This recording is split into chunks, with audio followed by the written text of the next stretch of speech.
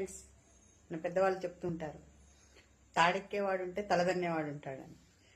అంటే అర్థం ఏంటంటే, చాలామంది వాళ్ళు ఉన్నత స్థితిలో ఉండి వారి కింది వారిని తొక్కేయాలని చూస్తారు, లేదా సుపీరియర్స్ వారి కింది వారిని తొక్కేయాలని చూస్తారు.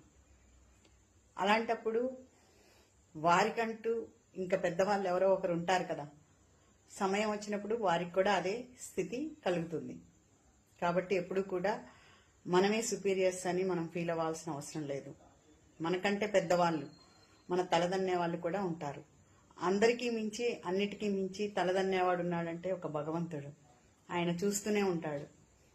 ఎవరు బలహీనంగా ఉన్నారు, ఎవరు బలవంతులు అయ్యుండి బలహీనల్ని కించపరుస్తున్నారు అని ఆయన చూస్తూనే ఉంటాడు కదా. సో అందుకనే మనందరం కూడా జాగ్రత్తగా ఉండాలి. మనం చేసే పని, మాట్లాడే మాట చాలా జాగ్రత్తగా ఉండాలి. అందుకే ఎప్పుడు కూడా ఎవరిని ఇబ్బంది పెట్టే పని మనం చేయకూడదు కదా.